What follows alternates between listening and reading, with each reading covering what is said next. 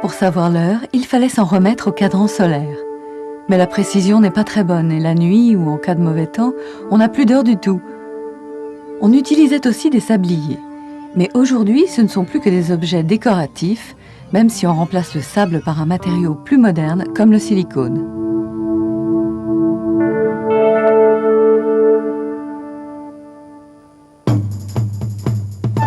Au XIIIe siècle, dans les monastères, on voit apparaître les premières horloges mécaniques.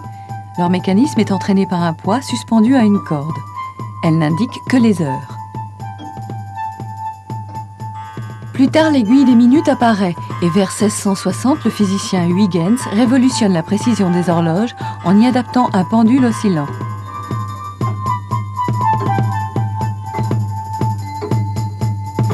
Au XIXe siècle, avec les progrès de la miniaturisation, la montre à ressort se répand.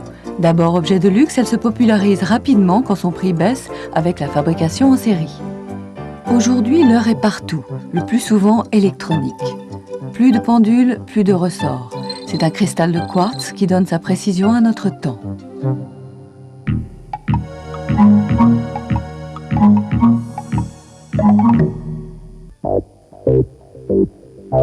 À la base de toute horloge, toute pendule, toute montre, il y a une oscillation, un événement qui se reproduit régulièrement.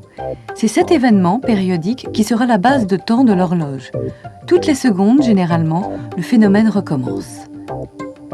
Par un jeu complexe d'engrenages, cette oscillation donne les minutes et les heures. L'oscillation doit être la plus régulière possible. Aujourd'hui, les meilleures des horloges mécaniques ne dérivent que d'1 millionième de seconde par jour. Quand on remonte une montre, on retend un petit ressort en spirale, car l'oscillation doit être entretenue. On donne de l'énergie au ressort, il l'engrange et la rend lentement pendant plusieurs heures en entraînant le mécanisme interne de l'horloge. L'énergie du ressort peut aussi servir à faire tinter les sonneries. Pièce essentielle d'une horloge mécanique, l'échappement force le ressort à rendre son énergie petit à petit. Simultanément, il donne la base de temps d'où seront déduites minutes et heures. Sa précision lui est donnée par un régulateur. Dans une horloge, c'est le pendule qui joue le rôle de régulateur. Il oscille, il bat à une fréquence fixe invariable. Dans une montre, le régulateur est une petite roue qui oscille. Cette roue est reliée à un minuscule ressort qui lui assure un battement régulier quelle que soit la position de la montre. Finalement, il ne reste plus qu'à diviser par 60 ce tic-tac rigoureux. Une première fois, et ce sont les minutes. Une deuxième fois, et ce sont les heures.